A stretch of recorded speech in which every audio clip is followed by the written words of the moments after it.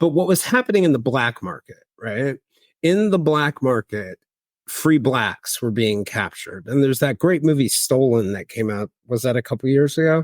It talks about the free blacks who were captured Yeah. and sold into slavery. So that increases.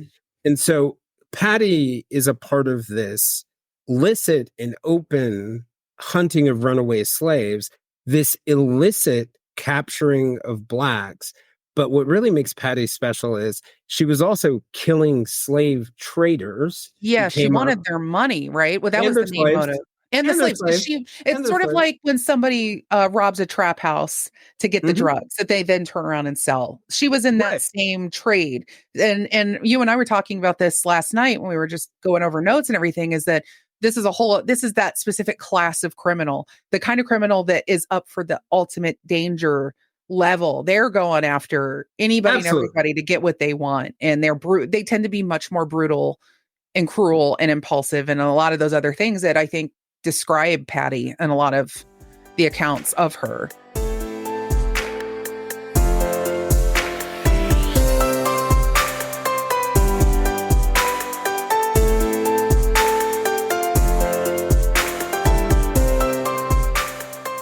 This is Jason Blair, and this is a Silver Linings Handbook podcast bonus episode.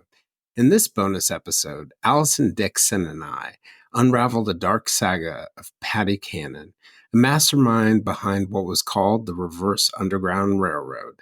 Patty and her gang, the Johnson Cannon Gang, would capture free blacks and runaway slaves in the North and sell them to Southern Plantation owners who were desperate in the wake of them after imported slaves were banned in 1807. Patty and her gang focused on making mayhem and stole up to 10,000 individuals. But Patty in her own right was a noted serial killer, with some accounts stating that she had dozens of bodies of men, women, and children of varying ages buried on her property at the time of her 1829 arrest. Was Patty Cannon someone who was just looking for financial profit, or was the financial profit just cover for the serial killing that she wanted to do? This episode was originally aired on a YouTube Live for Patreon subscribers of the Vintage Villains podcast and the Silver Linings Handbook podcast. Come join us on Patreon to join these early episodes and these awesome discussions with our listeners.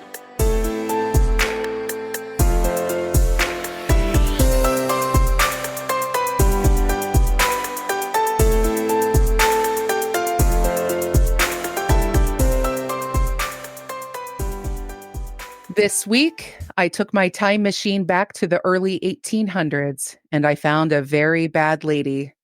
While the United States wrestled with its own soul on the issue of slavery, even going so far as to federally ban the import of slaves in 1807, the demand for free plantation labor continued to soar across the antebellum South, and many were intent on acquiring it by any means necessary, even by kidnapping free blacks from cities in the North and smuggling them to places like Louisiana and Alabama, where they were often never heard from again. Hop aboard, and my guest and I will take you to meet a woman named Patty Cannon, one of the main conductors on the Reverse Underground Railroad. Trust me, Harriet Tubman, she ain't. On today's episode of Vintage Villains.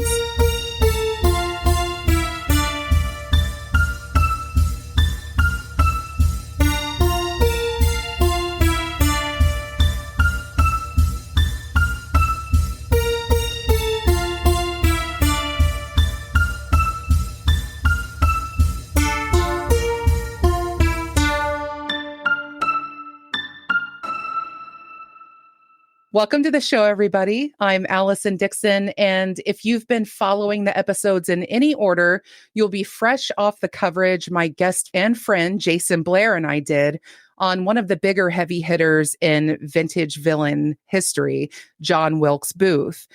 And during that series, which naturally led to discussions of slavery, he brought my attention to someone a little lesser known in mainstream discussions of American history, but who is every bit as loathsome, if not more so.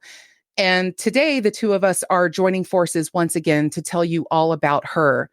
Patty Cannon and her gang of human smuggling and murdering outlaws spent more than 20 years roving the Delaware, Maryland, and Virginia countryside, kidnapping an estimated 10,000 free Black citizens and selling them to plantations across the South, and murdering the ones they couldn't sell. But before we get there, we need to do that vintage villains opening ritual and take a short trip on the Zeitgeist Zeppelin so you can get a snapshot of what things were like at the time Patty and her gang were terrorizing people. But because the events of today's episode span over more than a decade, I wanted to focus on a year that would do the most heavy lifting in terms of creating an underground market for slave trading. And that would be the year 1808. When a law passed by the U.S. Congress the previous year banning the import of slaves went into effect on January 1st.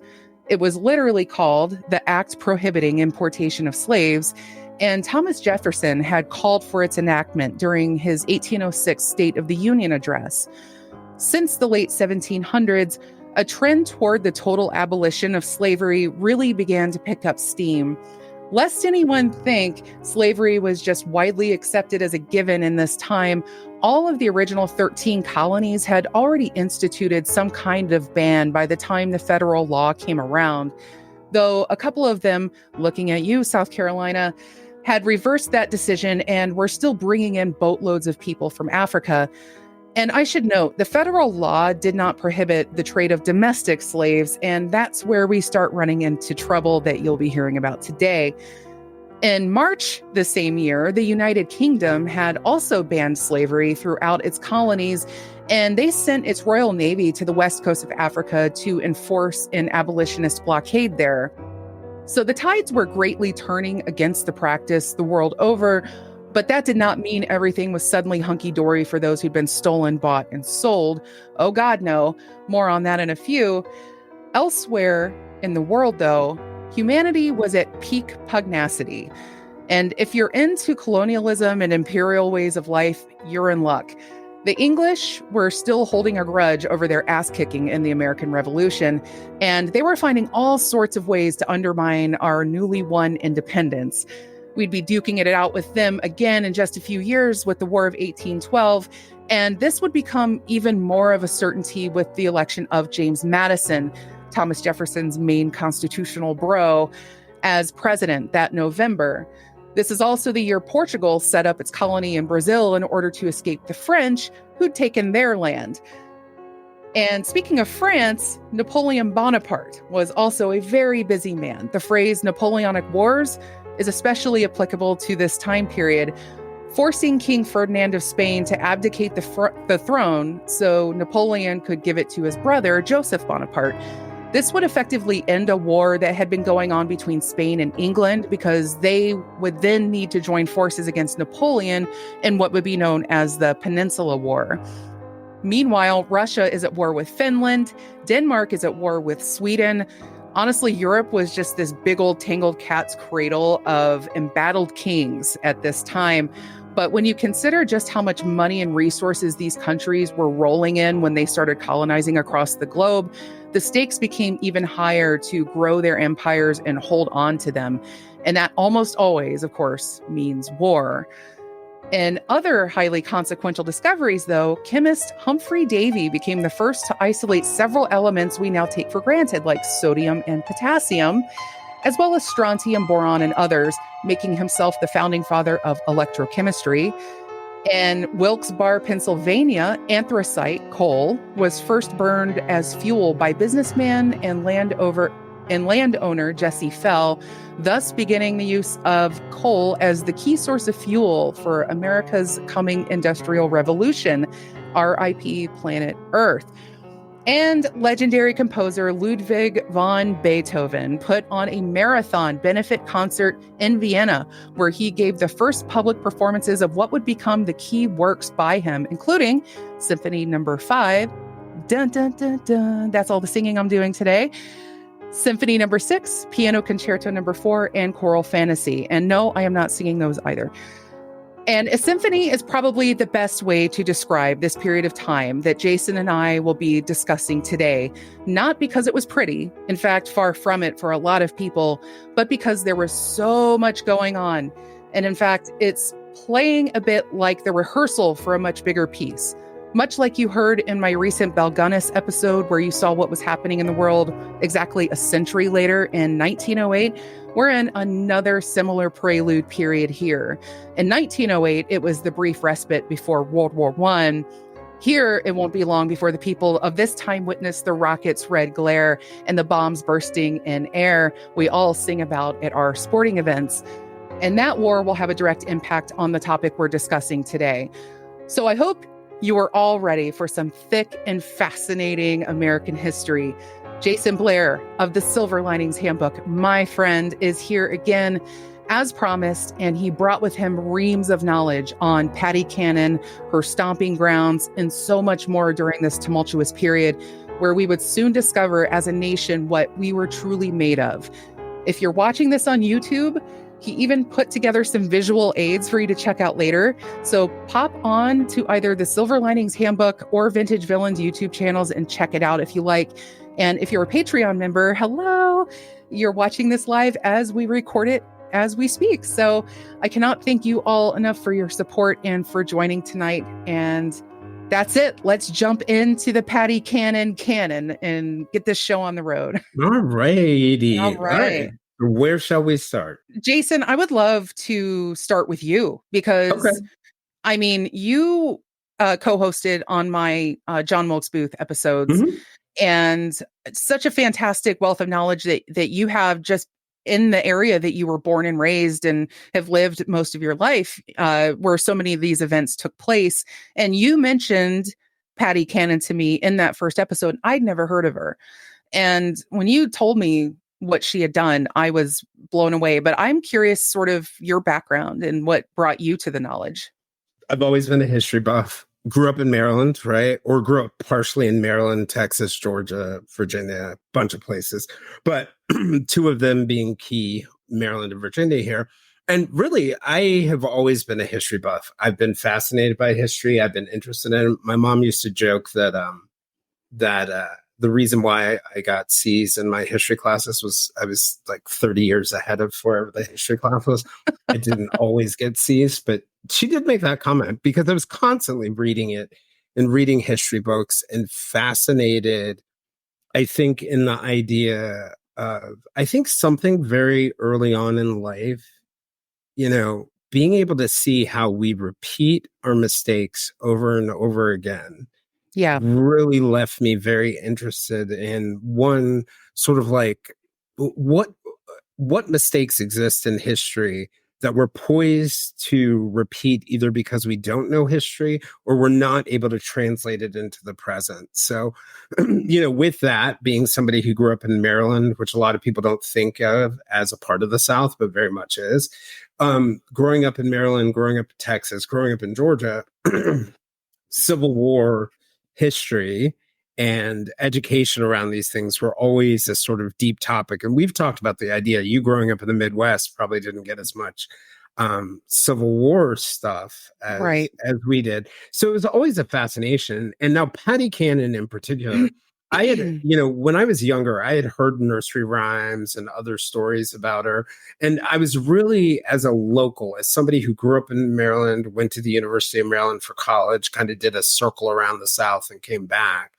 I was really interested in the intersection between, you know, the North and the South.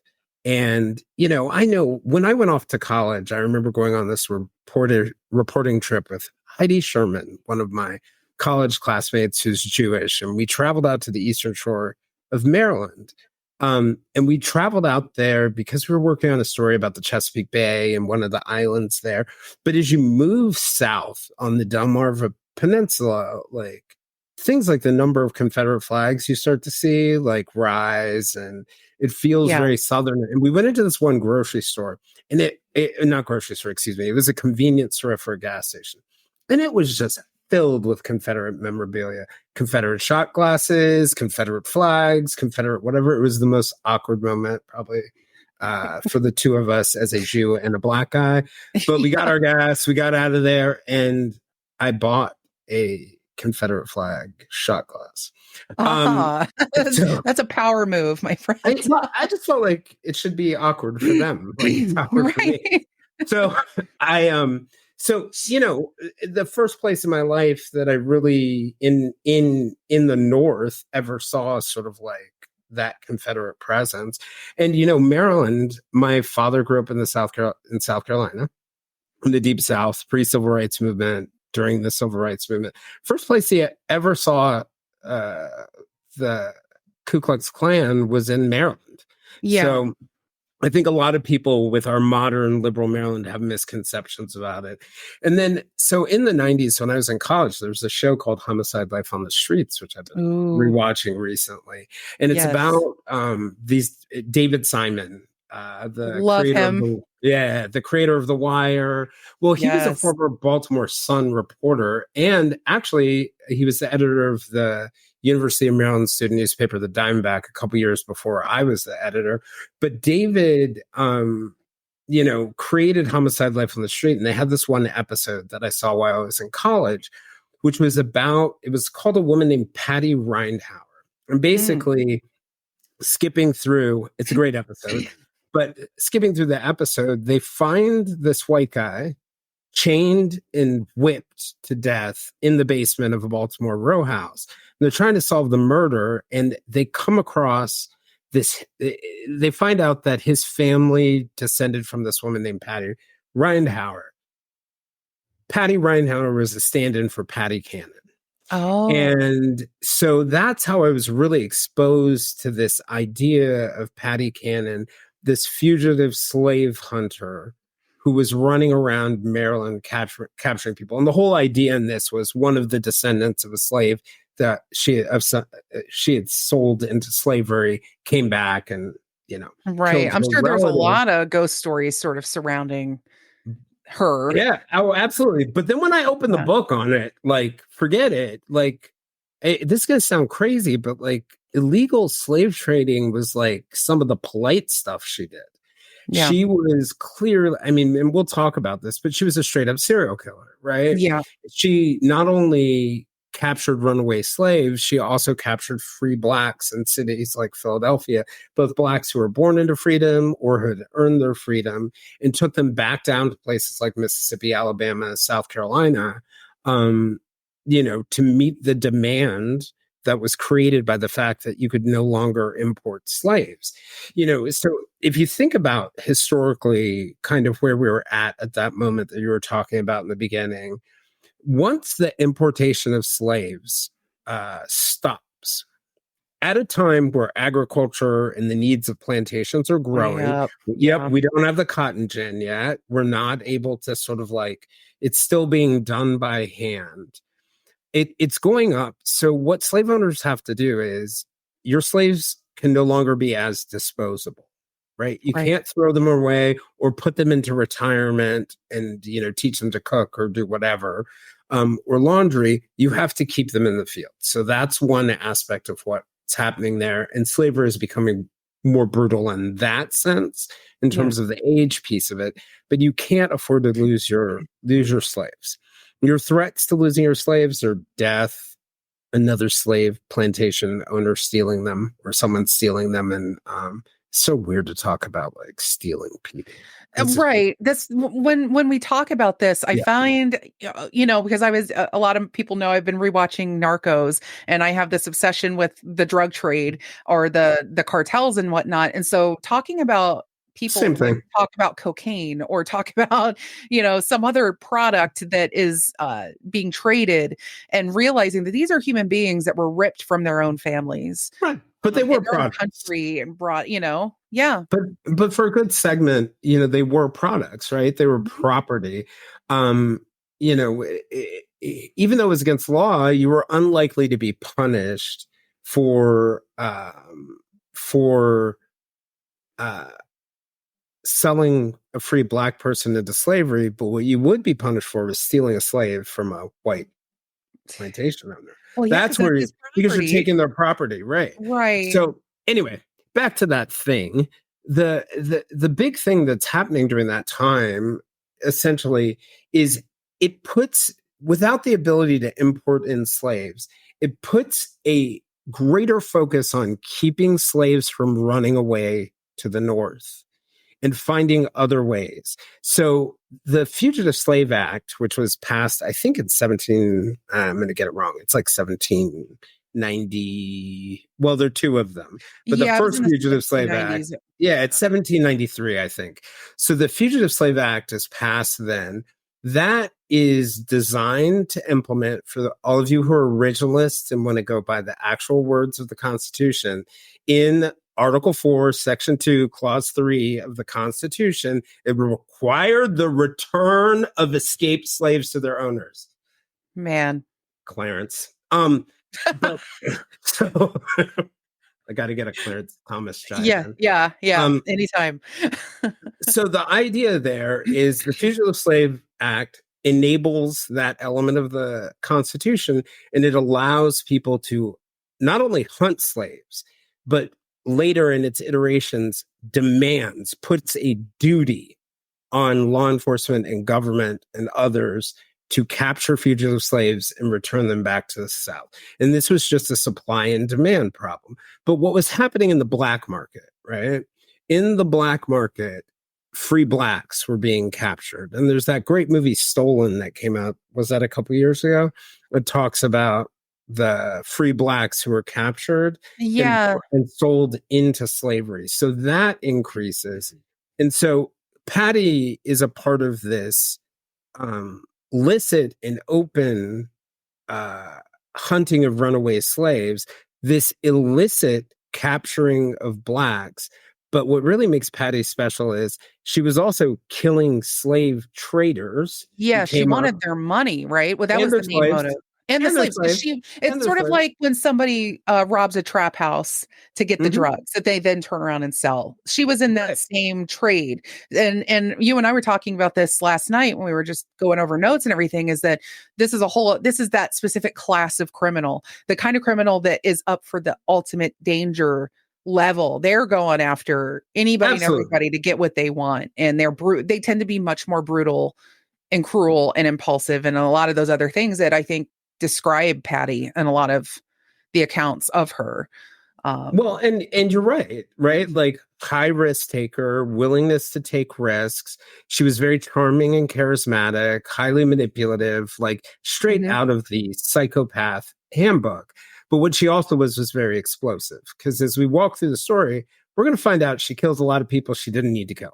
She didn't need to kill them for money. There are some people who believe that she killed one of her own daughters.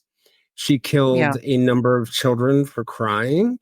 So some element of this, her desire or her lust for death, goes well beyond financial.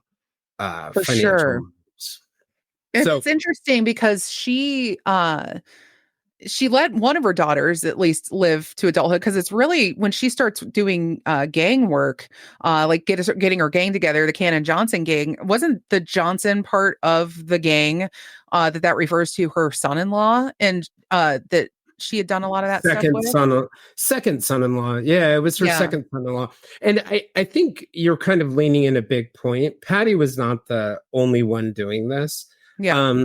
In the history, I'll go ahead and throw up sort of this visual aids, everybody. Right. So these are the most prominent paths to the Underground Railroad. And the Underground Railroad had actually, in reality, was not an Underground Railroad. It was just the name of it. But it really started in the 1700s. And in that initial route, it was from the South to Florida, essentially to Spain, to create avenues for escape.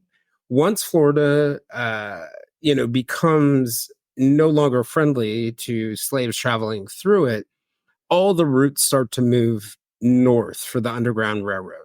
And it's most prominent, even though it existed in the 1700s, it most prominent between 1810 and 1865. Toward the tail end, famous people like Harriet Tubman are a part of it, and other things along that line. But little sort of talked about is this reverse Underground Railroad that existed. Yes. Yes. And on this map, we're just really highlighting the main routes that Patty took.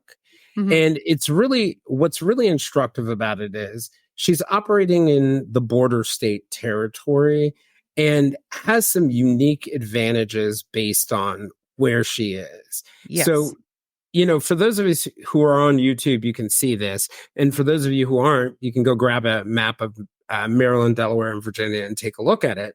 But on the highlighted counties that you see on there are what's known as the Delmarva Peninsula. So it's a peninsula that's essentially between, on one side, the Atlantic Ocean and the Delaware River up north, and the other side, the Chesapeake Bay and the Potomac River. You could argue tail end, but it's really the Chesapeake Bay. And so the blue counties to the west are the Maryland counties. The green counties are the Delaware counties. And the orange counties to the south are two counties in Virginia. Where Patty operated was essentially on the border of three counties, two in Maryland, one in Delaware. And one of the things that her particular gang used was being able to hop from county to county to county. But one thing I want to flag for you, Allison, you mentioned her son-in-law, Joe Johnson. Yes. And this is generally where they operated, right? So the Mason-Dixon line is at the top of Maryland. A lot of people don't know the Mason-Dixon line turns down and separates Maryland and Delaware, then goes out. Yeah. But you mentioned Joe, but it wasn't really Joe where, a lot of sort of historians have debated, do we overemphasize Patty because of her gender and the fact that seems strange or different? Was it really Joe Johnson, her son-in-law, who was leading it? But in reality, Patty was robbing people and capturing slaves before Joe Johnson ever married her daughter. She was doing it with his previous husband before his untimely death. Yes. Oh, yeah. His untimely death, wasn't that a possible poisoning? There was Yeah, some yeah. speculation that she might have killed her first husband. Yeah. Well, there's her first husband. Then Yeah. there's her daughter's first husband. Oh, her daughter's first husband. That's right. Mhm. That's right. Yeah. Okay. There's lots of death in this story. Quite a bit. Yeah, a lot of death. A lot of death in the story. So it's just one of the things you have to keep in mind too about Maryland and Delaware is, Maryland was a slave state. Delaware was a slave state, but it had started to fall out of favor, right? But this border that we're used to, or at least that I'm used to, between Delaware and Maryland, even though it looks like a straight line, there was enormous debate during the time. Going back to Charles Calvert, Lord Baltimore, and William Penn, who was in charge of the colonial colony, the border of Maryland and Delaware was ambiguous. There's one instance in the late 1790s where a sheriff from Dorset County, Maryland, crosses over into what other people said was Delaware to collect some taxes, starts a shootout, he gets killed. This group of people, these slave traders, including Patty Cannon, took advantage of the border lines, that mushy border, like Israel Keys, right? Like yeah. you kill a person in one state, kidnap them in one state, kill them in the other, bury them in the other, right? Right. Same thing. Every time people would sort of come onto them, they would just hop the border and travel. And this is well before we had any sort of federal law enforcement apparatus. So these things going on in early America that sort of, when the borders aren't fully set and there's still that whole thing being worked out, I imagine just had to be a bit of a nightmare from a jurisdictional perspective and a law enforcement perspective because, well, was there any real... I mean, there were sheriffs and there were local police, but I mean, nobody directly enforcing as. Oh no, there was law enforcement. There was. Yeah. There was. But I mean, they were there to catch. Go ahead. The runaway slaves. And catch slaves. Yeah. Right. Yeah. That's what they did. Yeah. And so in order for people to, in case we hear people that say we're going to politicize the police and all that, we're not here to do that, but we can't ignore the early history of what police were designed to do in this country.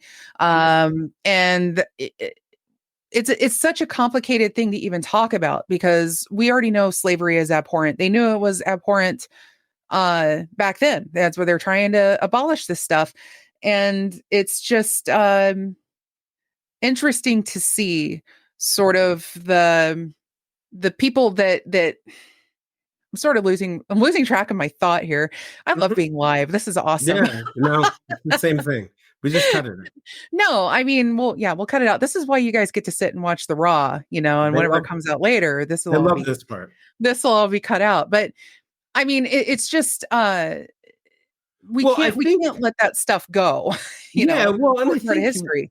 We're getting at the point. This is one thing you'll get constant debate about this, and I caution people when they take the perspective that, oh, it was just their way of life, or it was a different time in history and we've progressed so much.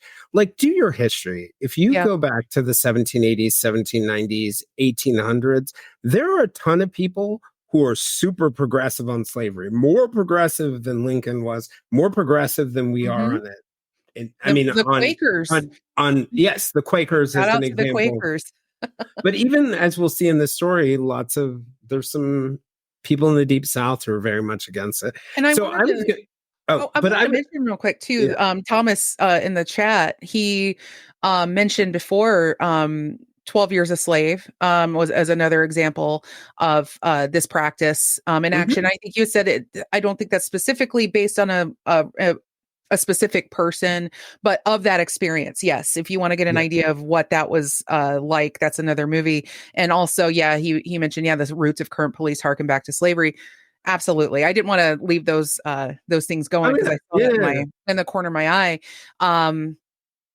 But yes, there were a lot of progressive people at work, and on the Facebook page, the Vintage Villain Soiree, I posted a screen grab of something published in 1805. It was basically a pamphlet that talked about the horrors that we were doing to the slaves that we were bringing over here. They were very aware of what was going on and the wrong and how wrong it was. So I think it's really important to establish that because there are way too many people today who are trying to put a smile on slavery and say, oh, we trained them and gave them jobs. And no, we didn't fight the Civil War over that. They're really trying to erase those things.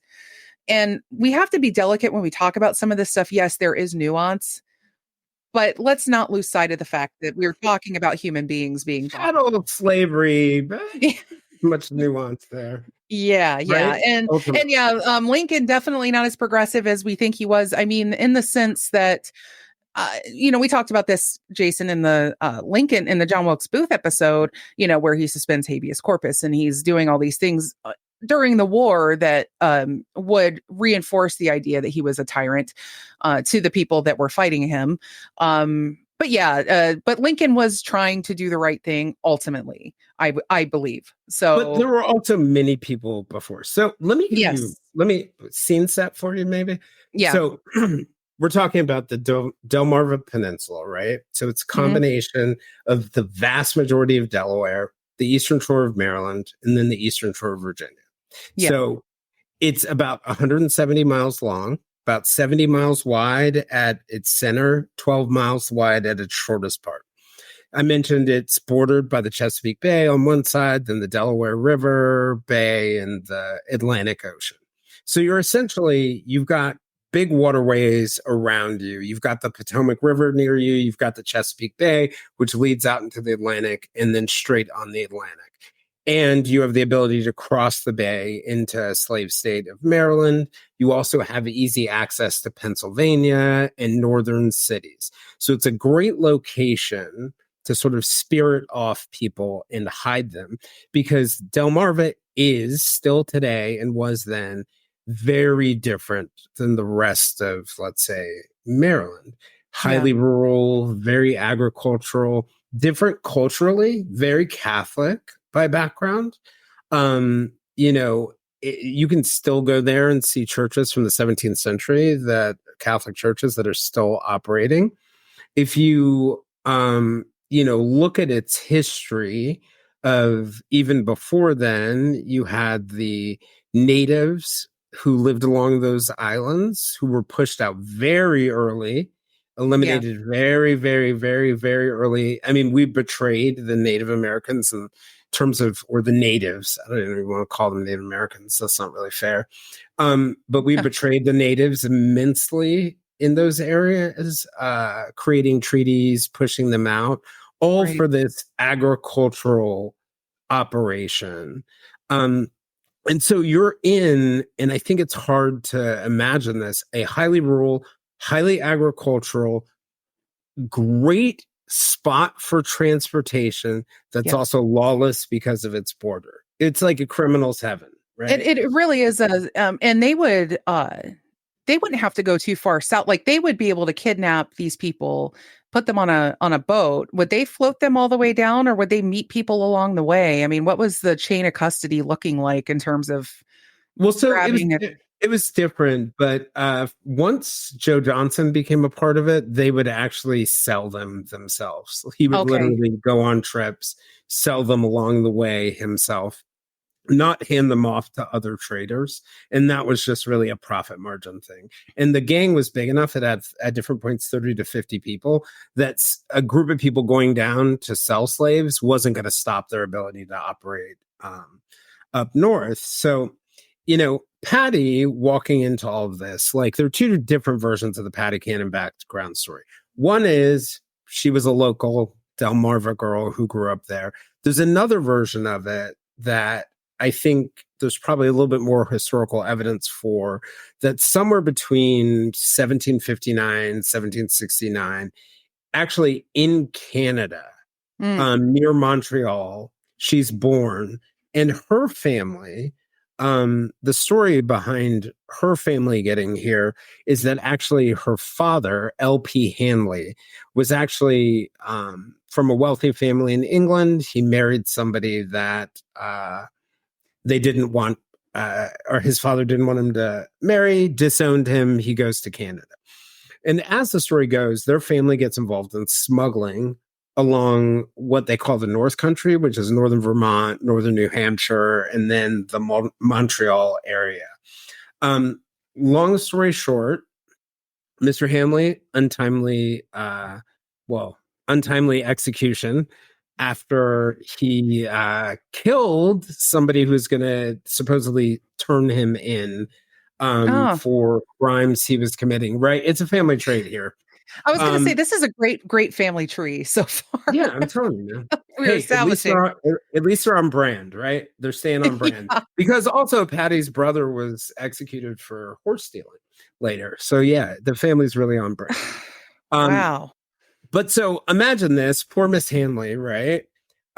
She's lost her husband. She's got a house full of sons and daughters that she needs to now take care of. And so what she did was she turned the house into a hostel. And what they said was essentially that it was a house for people who were coming up to get away from um, the warm southern weather, but also a house of pleasure. I see. So, it served both roles, at least according to the version of the history that's probably most solid. I had read that she had done, Patty had attempted to do some brothel type work, but her personality kind of didn't fit.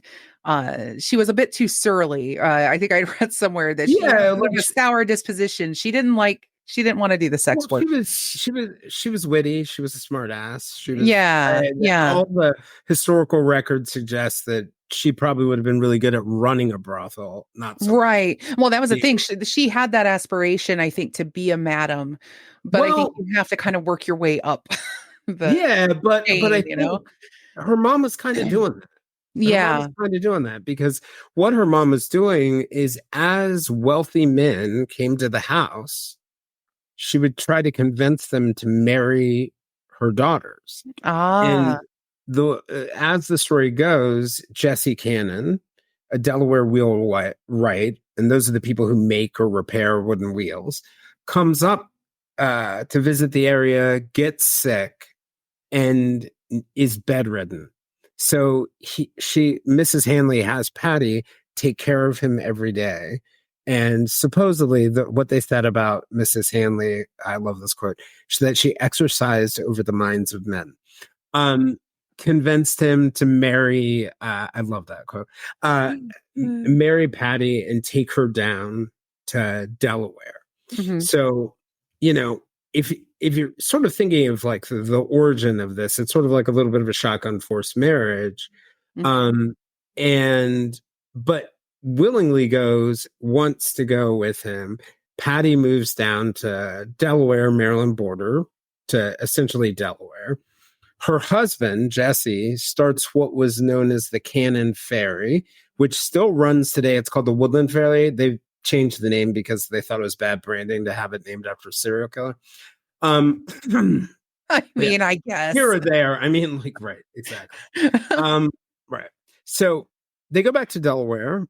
They have at least one daughter. They're believed to have had two more children, right? But Right. then, so the way they describe Jesse, agreeable dude, large, attractive man, really loved her wit, the fact that she was charismatic, that she danced, that she was into music. But then, so they establish the ferry, but then Jesse dies, right? And Yeah. so what the neighbors report is that Jesse and Patty had started to fight each other, and Jesse's health then rapidly declined, Yes. right? Mhm. The neighbors literally said that he died of grief due to the relationship falling apart.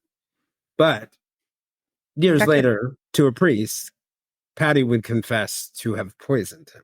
Yeah, yeah, Patty went on a bit of a confession spree, which, yeah, we'll get to in the end there, but I find that there are a lot of figures that we see throughout history and true crime and whatnot that love to hear themselves talk, and, so once they start to get in that sort of mythologizing self-narrative kinda thing, H. Holmes was known to, which is why you don't want to believe many historical accounts of what H. Holmes did, because most of it came from his own mouth. Yeah. But now I wanted to ask you too, your sources that you read for this.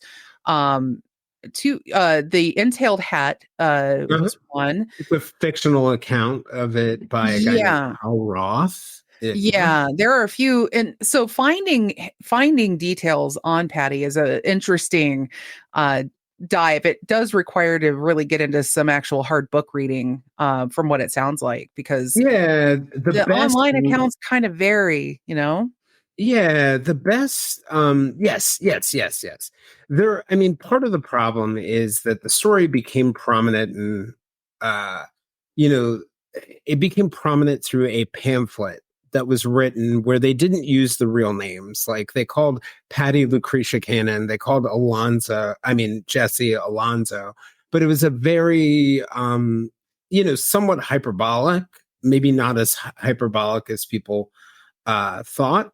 But there is a second uh, book that's really key. It's sort of like the gold standard for Patty Cannon research, and it's called The Monster's Handsome Face.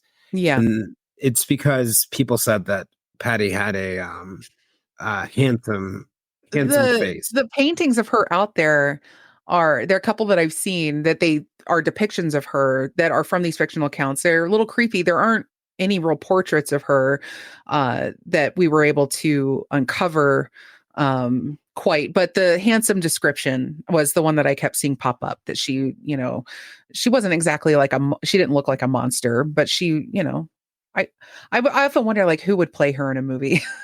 I've been doing the research on this. But anyway, um the what I find interesting too is that a lot of these historical accounts being fiction, it sort of reminds me, if we're thinking of a contemporary equivalent, people were writing about crimes back then, sort of the way like Penny Dreadfuls, or some of these Yep. blown up accounts, and it's almost like watching these days like a investigation discovery kind of true crime show with a lot of bad reenactments. That's sort of Yeah. the modern day Yeah. equivalent of what was available back then. They would write them, yes, exactly. They would write them like the sort of half fictionalized documentaries that we do on true crime, sort of like grabbing the most salacious details, the best Mm-hmm. rumors. So, but Yeah. in recent years, a number of historians have really tried to like slice as much as they can, um, between the sort of fact and fiction of it. Yeah. But one of the things that happens after the untimely death of Patty's husband, you alluded to this before. We talked to about it before. One of the daughters marries a man named Henry Brereton. Mm-hmm. And he was supposedly the one who introduced them, although some accounts suggest Patty was already doing it before him, to the illegal slave trading. Yes. So there's here or there, um, which one was responsible for sort of starting it, but it's very clear that Brereton and Patty are working together in slave trading by the time her daughter has the by the time her daughter's first marriage has happened. And one of the real interesting things that I spent time researching, Allison, was this idea of like, was it really weird for a woman to be involved in the illegal slave trade? And what I found was that the answer was no. Richard Bell, who's a historian, had made the point that the illegal slave trade after 1808 and the ban on the importation of slaves gave women a real opportunity to sort of leverage familial and other relationships, with sort of like all sorts of people to sort of break out on their own and have some independence and control as men were doing other jobs Right. that were more official. So what you find during this period, and we were talking about Marie Delphi, uh, Oh, Madame Right. Lalaurie. Yeah, Madame Yeah. Lalaurie. A lot of women during the time were interacting a lot with slaves, whether it was from the illegal slave trade or it was like actually managing the slaves. And, you can tell that her story, but she was essentially a New Orleans socialite who was a serial killer, Yes. tortured and murdered a unknown number of slaves in her house.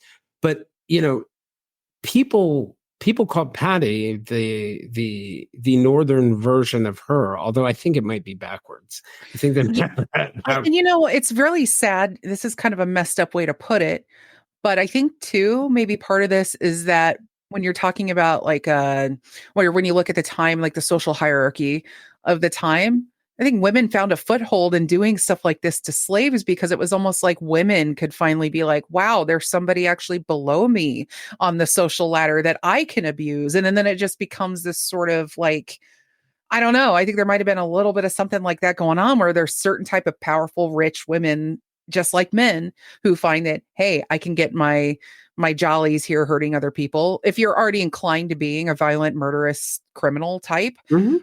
it's just really funny. Yeah, women finally had a chance to be the murdering people, the murdering violent criminals that their husbands were. Yeah, So, right, right, right. it's kind It's of like, messed up, but well, it it's is. like the same thing that during World War II, as all the men went off to war, it opened up jobs in factories for women. Same thing, Yeah, yeah. just serial killer style. But Right. the but but the thing about it is, and I see we have a good question about where the bodies ended up, and we'll definitely get to that.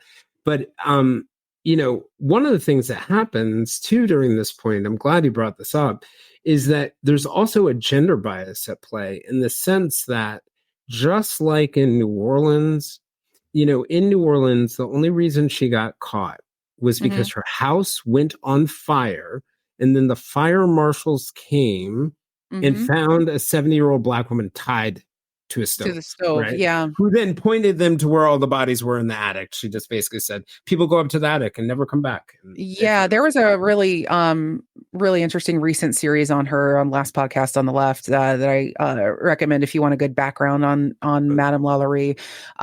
But yeah, it's interesting that we call her people think of the Madame Lalaurie first.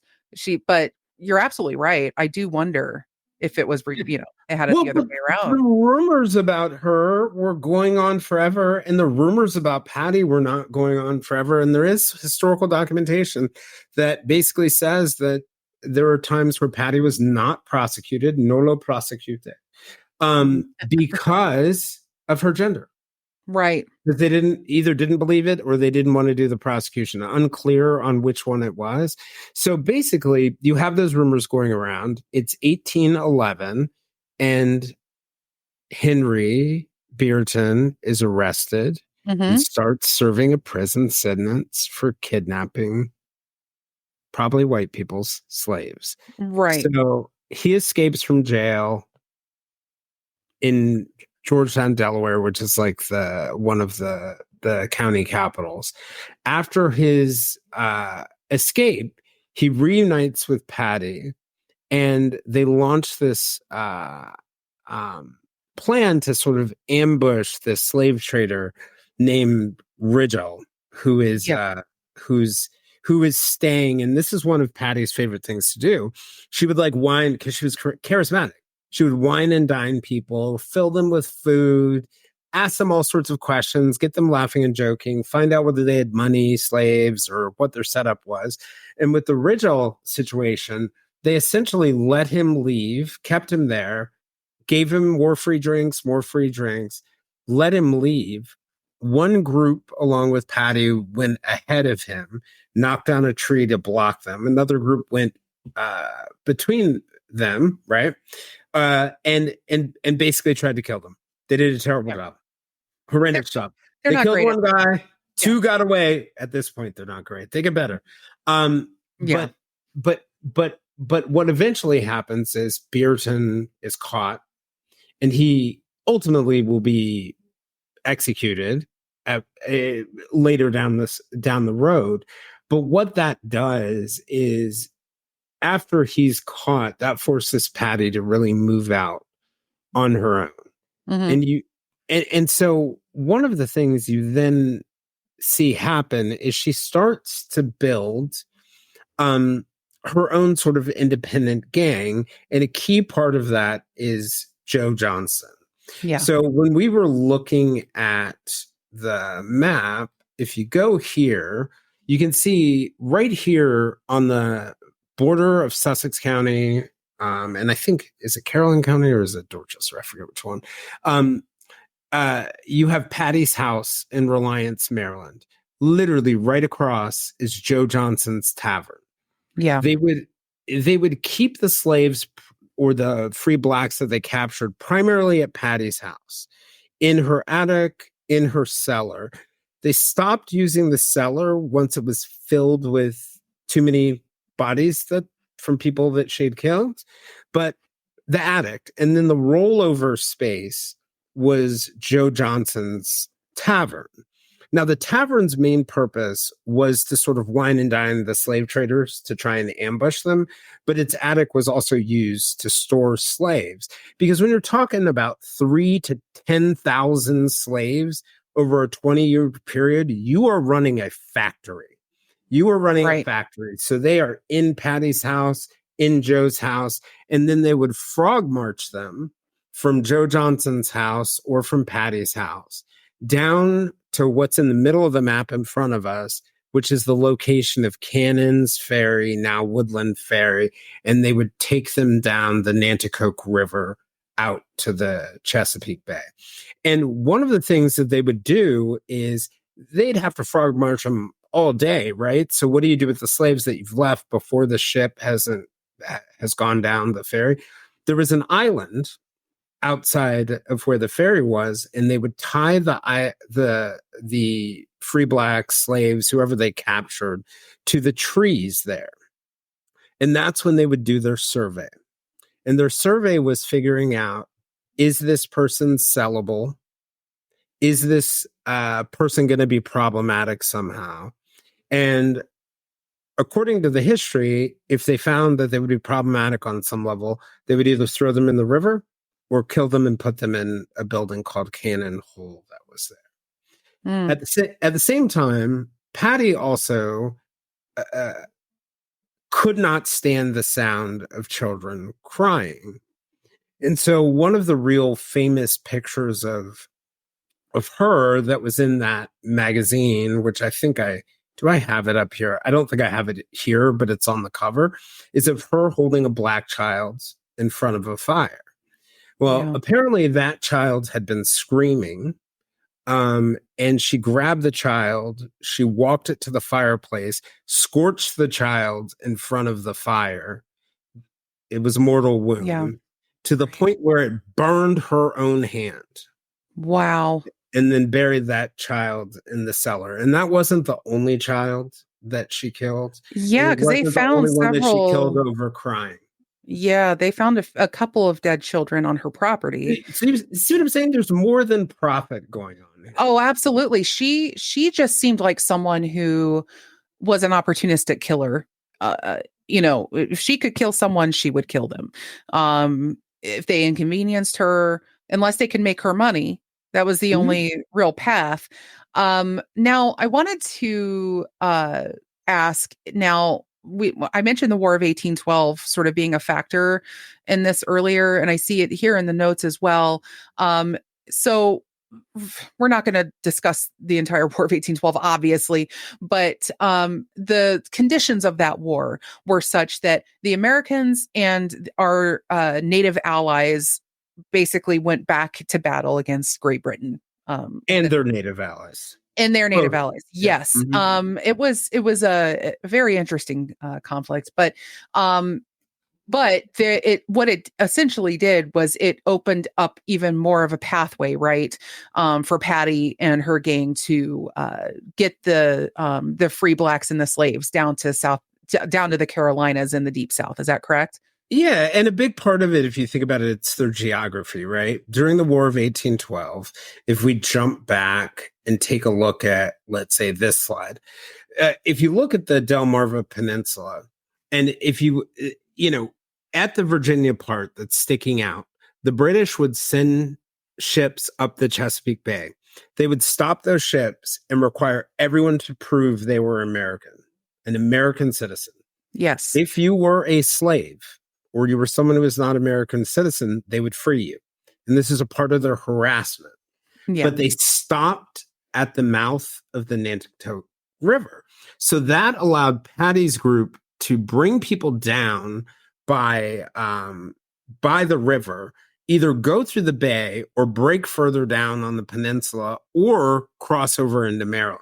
So I that see. river and the fact that the British did not go up the river also gave her a competitive market advantage.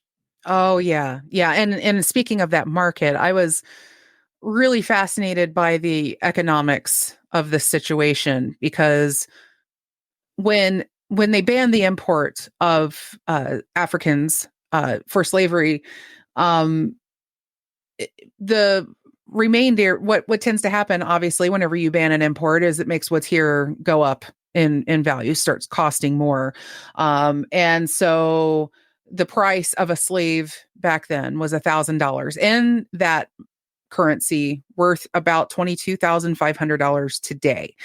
That's still kind of disgusting in terms of like that's all a human life is worth is $22,500.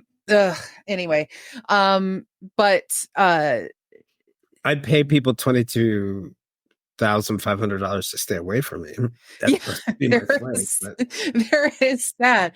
There is that. But I find it really interesting though, because there were other states, right, that weren't they kind of like South Carolina was still trying to bring people in um yeah, on there on were the other fly states, and right? So yeah. there were states that tried to break it, but you also have to remember the Louisiana Purchase, right? Oh yes, yes. So New Orleans was exempted for a while from the ban on imports, the slaves. So they were still able to bring in slaves. It was done illegally. But I think the thing to realize about the War of 1812, obviously this is going on illegally, quote unquote. That gave the British an opportunity to harass the Americans Yeah. about it. It allowed them to free slaves, right? But I think an important thing to look at it is if I'm Britain and I'm competing against a country that has enormous agricultural and other resources, that has a free labor force, it's going to be harder to beat them. So if I can free that labor force. See, this was the thing that I was wondering, and one thing I wanted to ask you during Oh, the you're research wondering was, whether the am I being British were cynical? being noble? Am I being cynical here? Are they, when I noticed that Great Britain had abolished slavery in the same year, I was like, wait, are they trying to offer competitive packages? Like, who is your better leader here, the Queen or the King? I'm sorry, or Look, I mean, you have to look at it like look at what's happening in Haiti and the Caribbean and other spots like that, right? You right, essentially have in the Caribbean slave revolts happening, and people are mhm, captured by those on islands, yeah, and and the British start to have much less land that they can cultivate using slavery. So slavery becomes less to their advantage. right. And it's highly to the Americans' advantage. So if you're competing with the Americans, there is a great advantage to slavery going out of favor. You're not going to beat them one for one anymore. Right. So, Right. That is very interesting. And so with all this going on, then of course, and this again, this happened, this is all taking place over about 20 years. Is that right? Is about mhm. how active, long Patty was active for. Um, so she was able to really capitalize on the market and the war and everything that was going on. And now with the War of 1812, was there any like active fighting like going on in the country, or was the war mainly kind of Well, out, yeah, I you mean, know?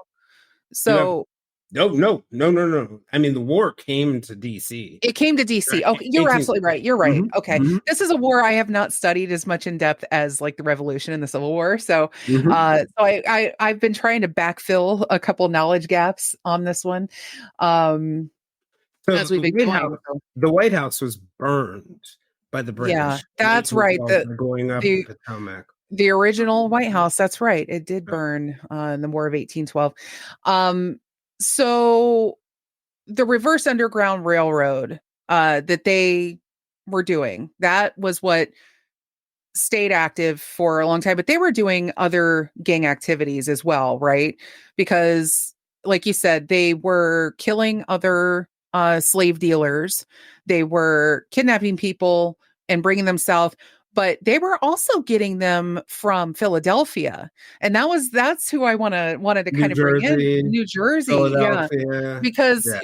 you had mentioned Henry Brereton was he was kidnapping other people's slaves, right? Yeah. He Yeah. was going on to other people's plantations and stealing their slaves, which is Or incredibly their homes dangerous. if it wasn't as, yeah. Yeah. Right. And not just kidnapping free people, but I mean that and not just robbing slave traders who were transporting slaves, but also just going onto the plantations and taking slaves. Um, And you see but less of that in the history of as the gang evolves, they start to get out of yeah, the business of, or the gang itself, once Joe Johnson and Patty are running it, are no longer doing that.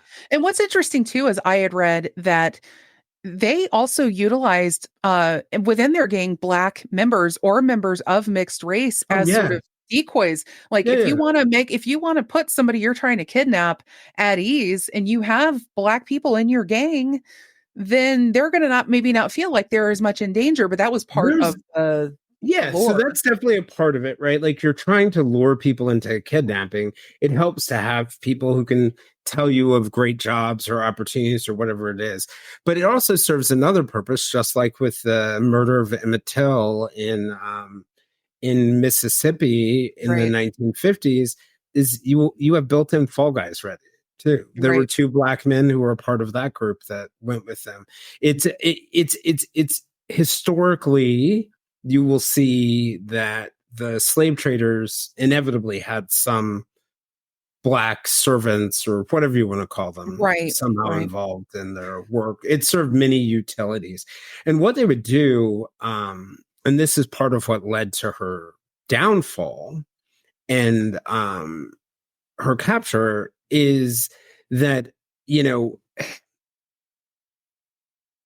one of the guys who worked for her, and I'm trying to remember which of the two it was. I think it was Cyrus. Cyrus Cyrus. I can't think of Cyrus's name, but one of the black men who worked for her would go to Philadelphia, would charm both women and men, and would attempt to get them to come to jobs in other places or spots where they essentially would get kidnapped. And so that was essentially the way that eventually Philadelphia gets involved in the case. But there were others who would travel across Delaware and do similar things. There were others who would do similar things in New Jersey. So this group, Western Maryland, Western Pennsylvania, very expansive. They had a very expansive reach. And ultimately, that reach into the northern states and the ethics of some people in the Deep South are what lead to their downfall. Right. Yeah. Right. It's just incredible what they were able to get away with, is going through a lot of the sort of gang activities that you had written down. You'd mentioned the child in the fireplace, and then there were travelers that would come to the tavern. I think you mentioned one that she had stabbed him in the heart with a dagger, and other people had walked into the house during the killing, and she caught up with them and threw him on a table that had dishes on it, covered him in the tablecloth and thrust him into a chest in the room, then called accomplices who robbed him and took his body on a small boat into the river. So This is just but one night hanging out with Patty Cannon. This is what happens. Yeah, there was one that she allowed to board a slave trader board in her house, and there was a secret passage. They came up and they clubbed him. She clubbed him. There's another example of somebody who was at the tavern, another slave trader who was at the tavern, and they seated him by a window. So someone could come from the back of the window and stab him there. So, like people talk about like mere presence, right? Like, when there are like 30 or 40 people disappearing and it all seems to be around you. Yeah. And, it becomes a little more than mere presence. Is, the sheer body count of killers from earlier eras is astounding. I think mostly because it was harder to get caught, probably back in those days. People could just do a lot more killing before. And this is, of course, well before we even knew the term serial killer was a thing. But it's utterly fascinating to me that this woman had a house full of bodies, and you just look at this sheer body count, aside from all the kidnapping that she did, responsible for the death of probably over 10,000 people, indirectly or directly.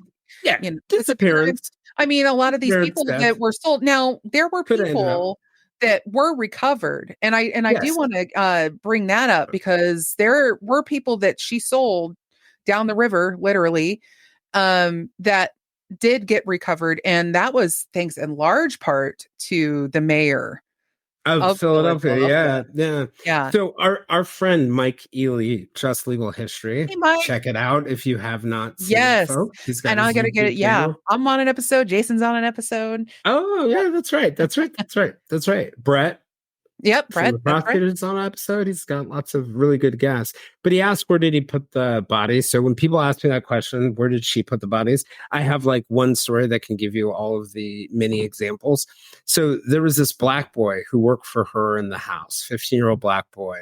She became very suspicious that he was going to rat her out and escape at some point. So he had been like a waiter and a servant in the house. And she really became... or he, the 15-year-old, appeared to become really, really uncomfortable once she burned that child to death that I was talking about before. So she became worried about him. So the gang basically went after him, beat him with a large shovel, right? Then Patty took him alive, locked him in the cellar where she kept most of the dead bodies before they were transported out. It also had skeletons of children that she had murdered down there, left him there for 2 days and 2 nights with no food and water. Then she came down and she asked him, she wanted to check to see if he was still alive. brought him a little bit of food, then asked him whether he'd inform on her.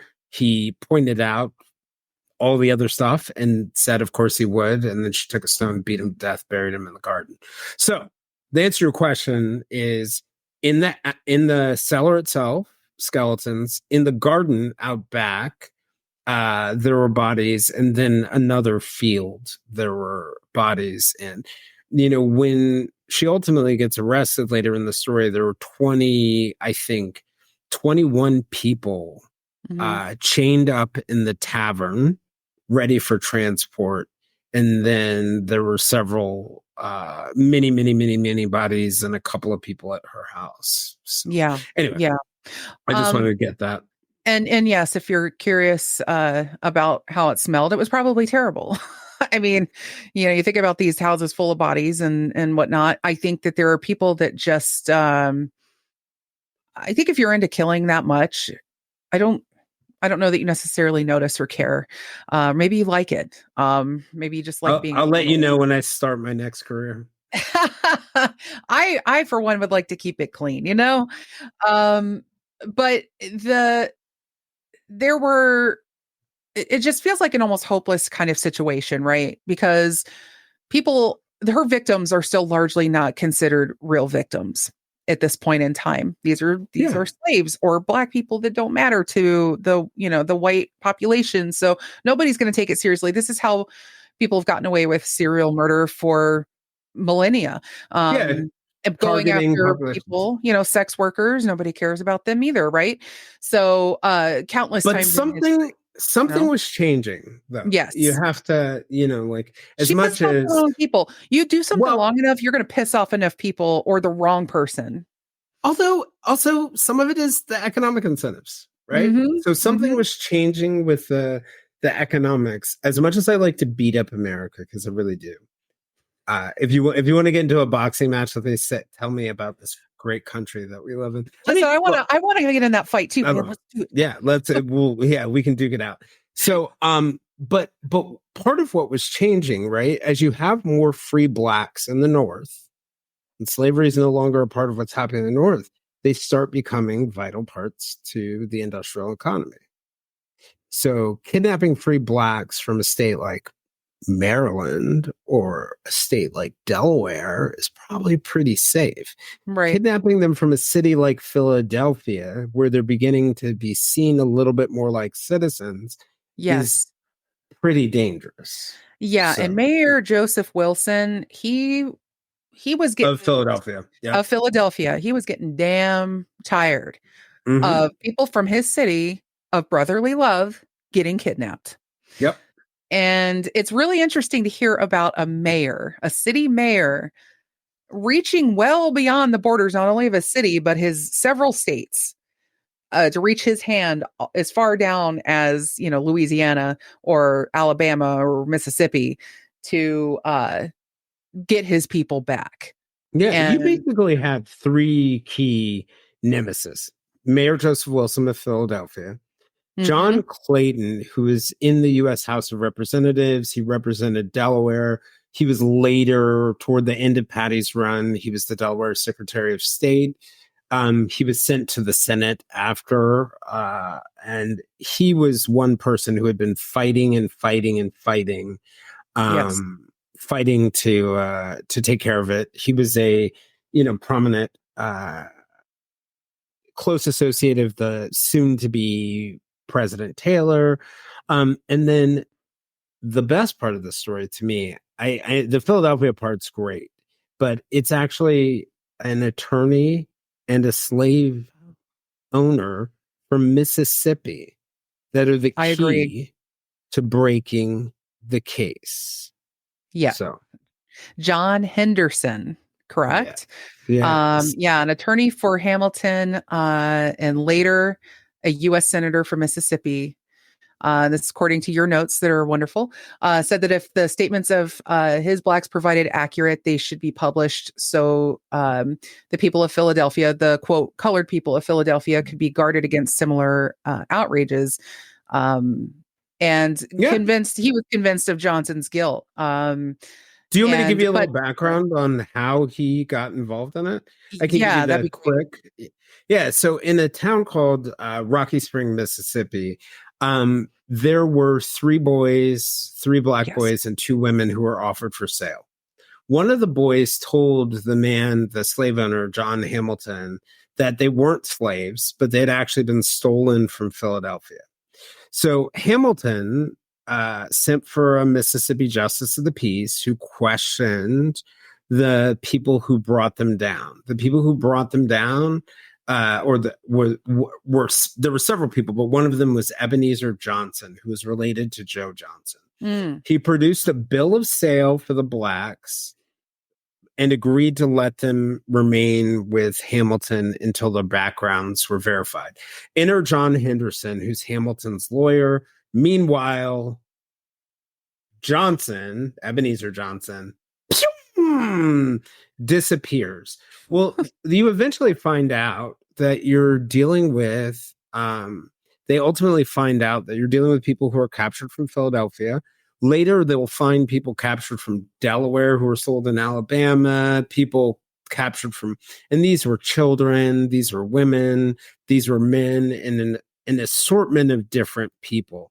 But really, what spurred it was John Henderson, the attorney for Hamilton, reaches out to Mayor Wilson of Philadelphia and says, hey, we've got this problem down here of free blacks who are being offered up for sale.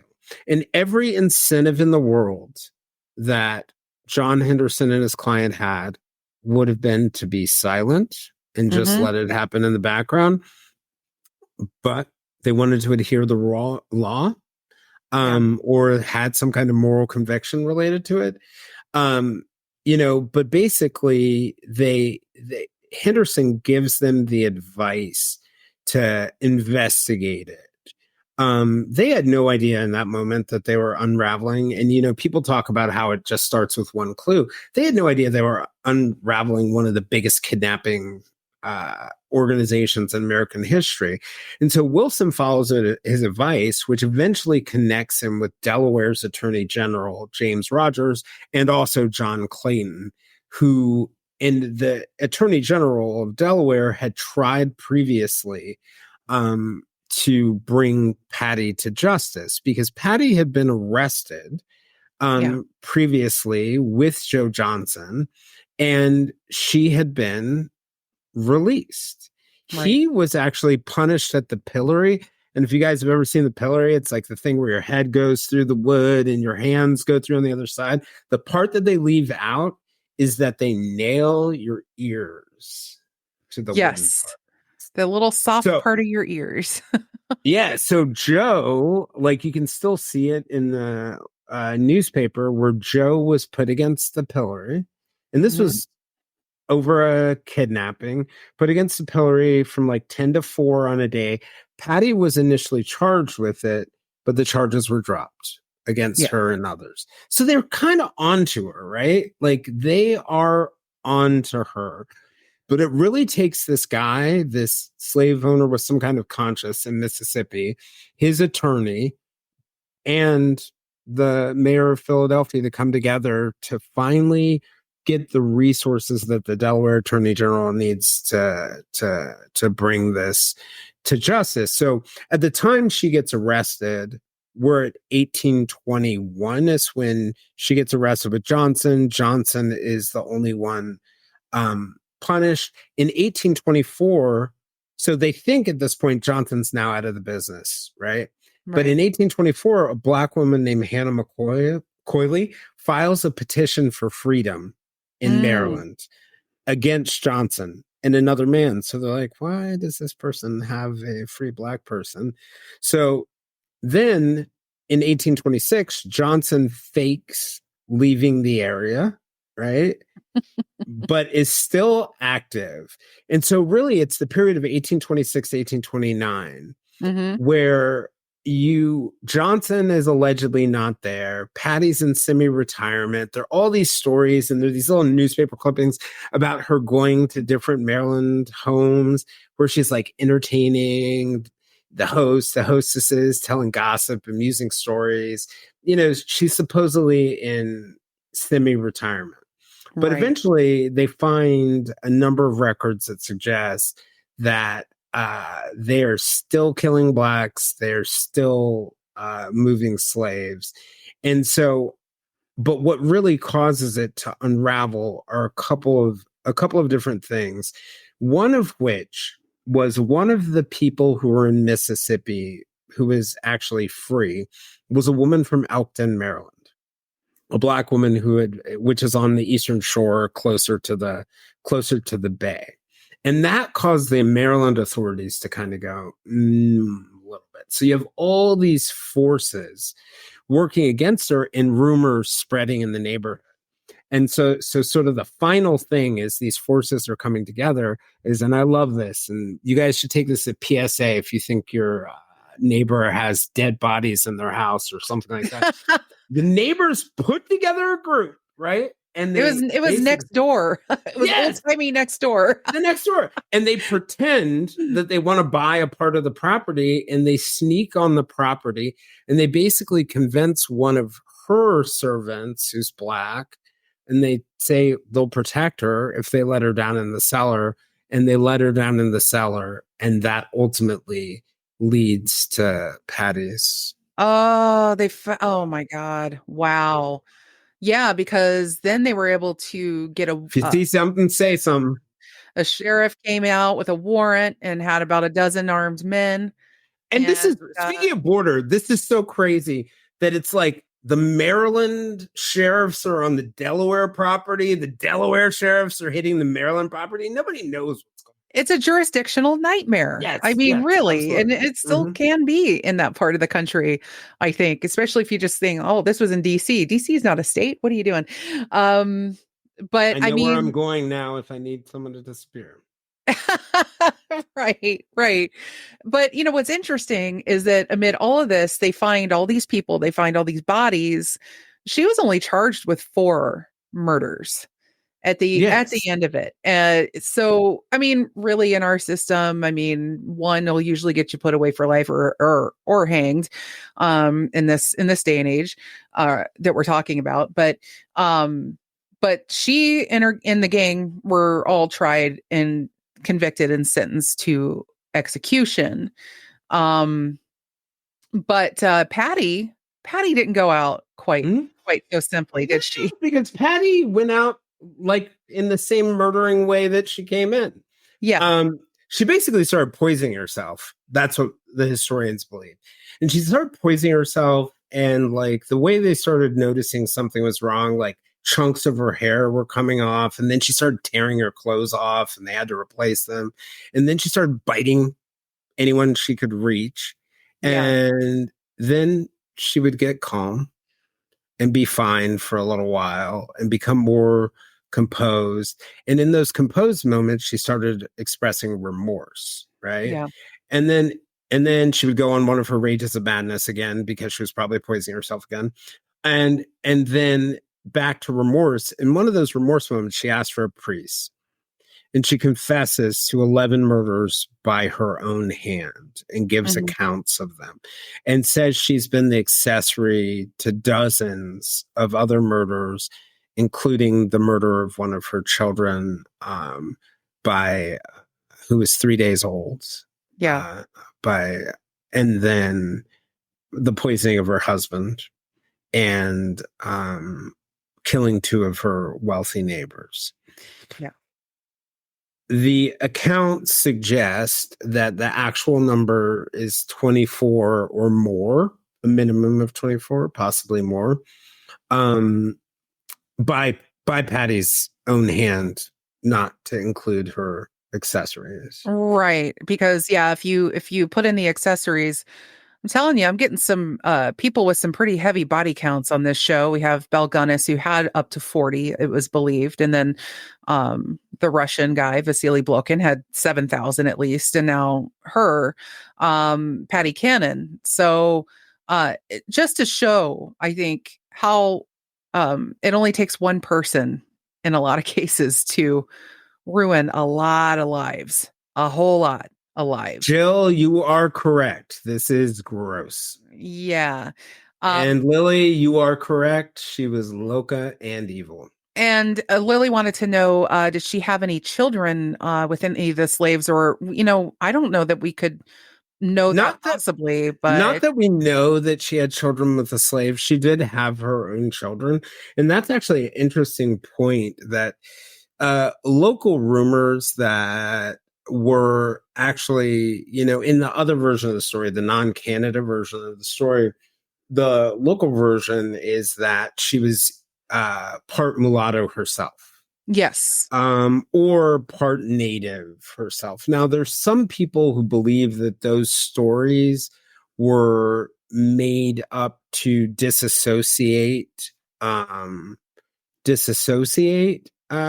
from them, but the intermixing of races in the South, as you can imagine, particularly as you got into areas like Delaware and Maryland, was quite high. So, like, I don't think you can rule out the idea that there may have been some self-loathing thing going on, right? Yeah. Yeah.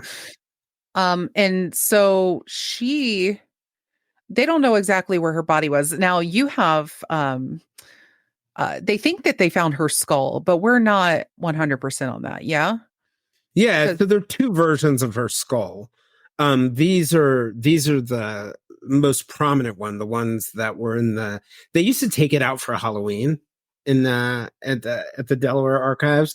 So, but in the picture on the right of the lady holding the skull and looking into it is from it, when it was exhibited. Someone sanely passed a law in Delaware that said you could not display human remains in the museum. So oh, eventually, this skull got sent to the Smithsonian. One of the funny stories is that a historian, I think it was in the 90s or something like that. I may have the dates wrong, but came in asking about Patty Cannon and was talking to the archivist about it, and who's the archives director. And he was like, "Oh, I have her skull right in here," and then just walked over to the shelf in his office, pulled out that little box, and then there was Patty's skull. there have been a lot of laws passed about what various institutions can do with human remains. Like there are books that are bound in human skin that the Harvard Medical School Library has in their collections, and there's a lot of problems surrounding having those things on hand. So that doesn't surprise me. Um, Do we it- have any future horror writers in the chat? Because Allison and I have a great horror book idea for you. Because if you go back here to oh yeah, this picture is Joe Johnson's Tavern, where they would like wine, dine, and stuff slaves. Well, apparently there is a house now built on the foundation of it. So just a whoever normal those looking people are house. did not watch Poltergeist, and there is a great horror movie. They need to remake The Conjuring. I'm telling you, they need to remake it. Get those charlatan that couple whose name the Warrens. Get them out of that. We need to reset it and put it on this property right here. Right? Because honestly, if there is any piece of haunted land in this country, it's gonna be right on that patch. Right. I would think. It is interesting to see though that at least they're putting some signage up. They're acknowledging the history here in some Yep. way.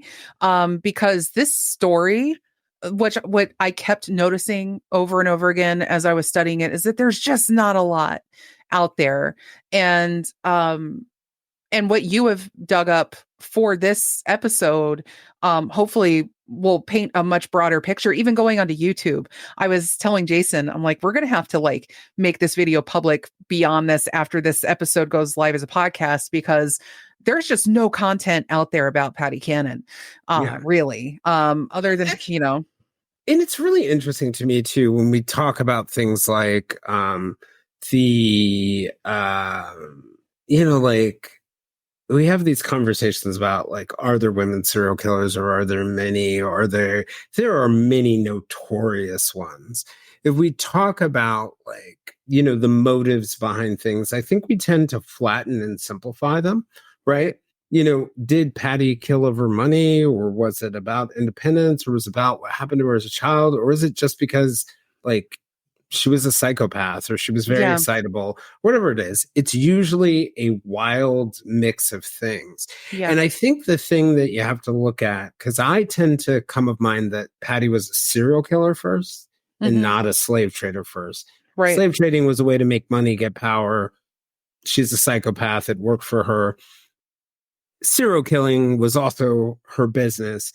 That these times in history where we have turmoil, look at something like the war in Ukraine right now, or Hurricane Katrina in Florida, that is wide open ground for people, even if they're not serial killers, who want to do harm to other people.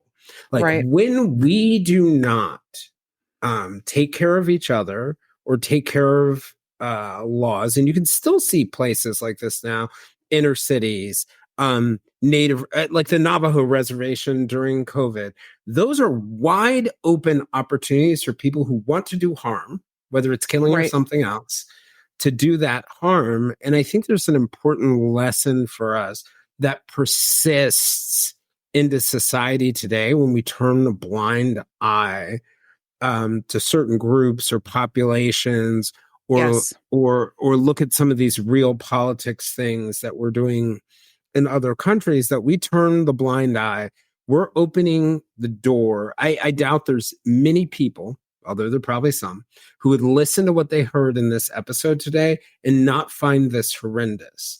Right. But I bet if we did a real inventory, there's something that we're enabling or not fighting, just like happened in Rwanda or Bosnia or in Ukraine during the war, Or what's happening that, in Haiti right or what's now as happening we in Haiti speak. right now, is Hmm. it that is contributing to the Yes. exact same things that your grandkids or your great grandkids, when they're getting this podcast thing on a chip in their brain, are going to be thinking are horrendous a Yeah. 100 years from now. So Yeah. anyway, And also I found, looking back and reading about these horrors that I'm reading on every topic that I'm covering on this show is I found myself playing the Mr. Rogers looking for the helpers person, because I'm like, all right, where's my hero? Is there a hero anywhere in this narrative? Sometimes there is, often there is not. Um I got some reassurance, I think, from the heroes in this particular story, because my God, there were so many who needed somebody. And this right here shows, like you said, that importance, I think, of us looking out for one another, and holding together that social net, and providing the basics for one another, so maybe we don't feel the need to rob and steal and kill to survive, even and trying to keep this sort of or how about we just don't treat people like property? I think that would also be it'd be perhaps a good another lesson. great moral of the story. But is that does that wrap it up for you, Jayson? I mean, I know we had a lot of material here Patent and canon could everything. go on forever for me, Yeah. but the I think in taking and looking back at some of these historical examples, it's fascinating, and that's one of the things I love about your podcast. But I would just encourage everyone to have a really broad aperture and Hmm. recognize that there are analogous things happening So much. today, whether it's in Russia or Canada or It's Mexico all over or the world. And if you think a border is going to prevent the chaos in one place from spilling over into another place, that's not going to happen. And history has borne. and my border is the atmosphere. That Yes, little globe the is my border border. is exactly between here and space. That is our And border. until they're aliens, and I will bring them in our border too. Well, until we find them or they find us. Although, I was listening to this really funny thing, this interview, and the guy was like, okay, if aliens did find us, why would they stop? Yeah, no, I liked Michio Kaku as one of my favorite astrophysicists, and the way when he talks about sometimes about how other civilizations would view us anyway. A lot of the prevailing theory is that they would just view us the way we view ants, in the sense that you just walk on them or by them. You don't really, unless they're getting into your stuff, you just don't really think about them. Yeah. But yeah, it's I hope to welcome every opportunity to examine history and find the parallels. That's why I love to do that zeitgeist, because it's like things that were happening then affecting what's happened in the broader scope often give you a slice of like why is this happening here in the closer up. So I want to do that with every episode, and I hope that if you liked today's episode that you will be back for more, that Jayson will come back for more guest spots.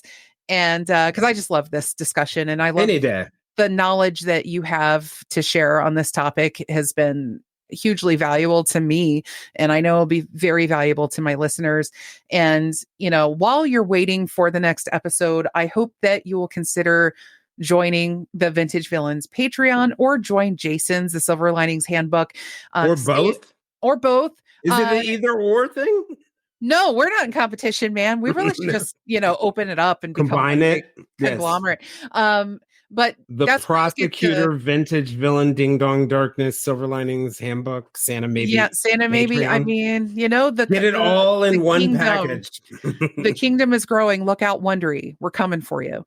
But there's But the Patreon is where you will get to stay up on more events like this, like live recordings. You can participate in the chats and have questions answered. And there's also this discussion over on Facebook at the Vintage Villain Soiree, where, of course, you can also bring up new topics or post related things to what we're talking about here, and any questions that you have. And of course, you can also leave ratings and reviews over on Apple and Spotify. And finally, go and check out Jayson Blair's podcast, The Silver Linings Handbook. He is giving some of the best interviews that you'll find out there, period. If you love an interview podcast, seriously, where he'll talk to any variety of people and just get down into, what really makes them tick. You have a gift for that, my friend. And I think people need to go and check out your show.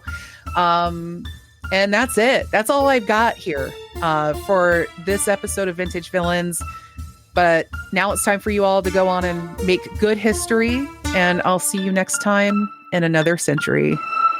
If you'd like to join us for more discussions with us and other listeners, we can be found on most social media platforms, including a listener-run Facebook group called the Silver Linings Fireside Chat.